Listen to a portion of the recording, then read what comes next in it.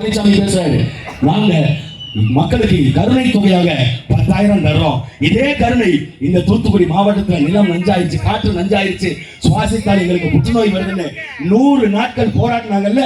Copper ஆலை தாமரை தொழிற்சாலையை இழுத்து மூடணும்னு அந்த 100 நாள் போராடினவங்களுக்கு 13 பேரை சுட்டு கொல்லிய அன்னைக்கு இல்லடா போச்சு உங்க கருணை.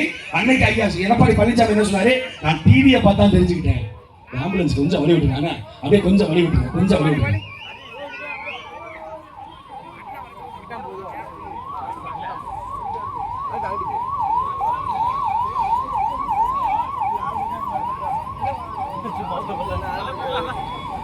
யாராவது என்ன பண்ணலாங்க? சரி, உயிர் காப்பாற்றினா சரி. அண்ணன் சொன்னாங்க, அண்ணன் காலையில் பேசிட்டு இருக்கும்போது தான் குறுக்க ஒரு ஆம்புலன்ஸ் போச்சு கோயிலுக்கு. அண்ணன் சொன்னார், ஆம்புலன்ஸ் எல்லாம் பத்திரமா வைக்கப்பா, இந்த ஆட்சியாளர்லாம் தூக்கி போட்டு கொண்டு போகணும்னு சொன்ன மாதிரி தான். அதுக்கு தான் நம்ம பயன்படுத்திக்கணும், பத்திரமா இருக்கட்டும். அப்போ இந்த நாட்டில் எதை பாதுகாக்கணுங்கிறது இவர்களுக்கு தெரியல, என்ன பண்ணணுங்கிறது தெரியல. இவர்களுக்கு மறுபடி வாக்களித்து ஸ்டாலின் வந்தால் சரியாயிரும், எடப்பாடி பழனிசாமி வந்தா சரியாயிரும். அவர் நல்ல சிரிச்ச மெலிக்கு இழிச்ச வாயாவே இருக்கிறாப்லங்க, எப்ப பாரு பல்ல காட்டிக்கிட்டே இருக்கிறாப்லங்க. அவர் ரொம்ப சாஃப்டான ஆளா. அந்த சாஃப்டான ஆளு தூத்துக்குடி மாவட்டத்து மக்களுக்கு என்னைக்கு பதில் சொல்லுவாரு? 13 பேரை சுட்டுக் கொண்டிருக்கீங்க, அதிகாரிகளை வைத்து சுட்டுக் கொண்ட போராட்டத்தை முடிச்சு வச்சீங்க.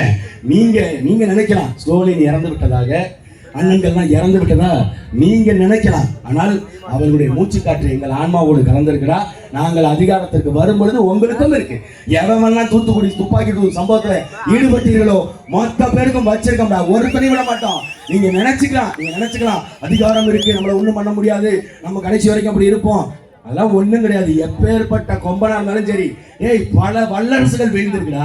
நீங்க என்னடா பிள்ளைக்கா போயிலுங்க. எங்கள் பாட்டன் ராஜராஜ சோழன், ராஜேந்திர சோழன், பெரும்பிடுகு, முத்துரையர், எவ்வளவோ சாம்ராஜ்யங்கள் இருந்துச்சு, எல்லாம் அழிச்சுட்டான், எல்லாம் முடிஞ்சு. இன்னைக்கு இந்த திமுக அதிமுக இவர்கள் எல்லாம் ஒரு தலைவர்கள். நீங்க யோசிச்சு பாருங்களேன். ஐயா ஸ்டாலின் கேட்கறாங்க, RS பாரதின்னு திமுகவுடைய அமைப்பு செயலாளர்கிட்ட, இந்த 1000 ரூபாய் இல்லத்தரசியில் கொடுக்குற ஸ்டாலின் மனைவிக்கோ எடப்பாடி பழனிசாமி மனைவிக்கோ கொடுப்பீங்களா அப்படின்னு கேட்டதுக்கு பத்திரிகையாளர் கேட்டதுக்கு RS பாரதி சொல்றாரு, ஐயா என்னங்க முதலமைச்சருடைய பொண்டாட்டி போய் கொடுத்தா தப்பாயிராதா?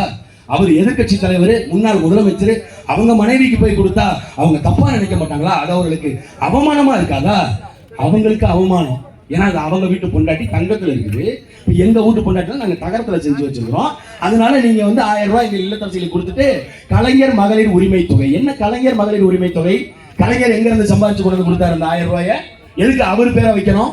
பஸ் ஸ்டாண்டு கட்டினா கருணாநிதி பேர், பஸ் ஸ்டாண்டு கட்டுற கருணாநிதி பேர் வைக்கிற சிறைக்கு அதுல ஒரு நியாயம் இருக்கு. யோசிக்கிறீங்களா? என்ன பஸ் ஸ்டாண்டு கிராக்கிக்கு பஸ் ஸ்டாண்டுக்கு தான் பேர் வைப்பாங்க. பஸ் ஸ்டாண்டு கிராக்கி, பஸ் ஸ்டாண்டு வாட்ச்மேன் மாதிரி நிப்பாங்க. வெளில வாசல்ல பாத்தீங்கன்னா தெரியும். வேணா வாங்க, நான் திருச்சியில போய் காட்டுறேன்.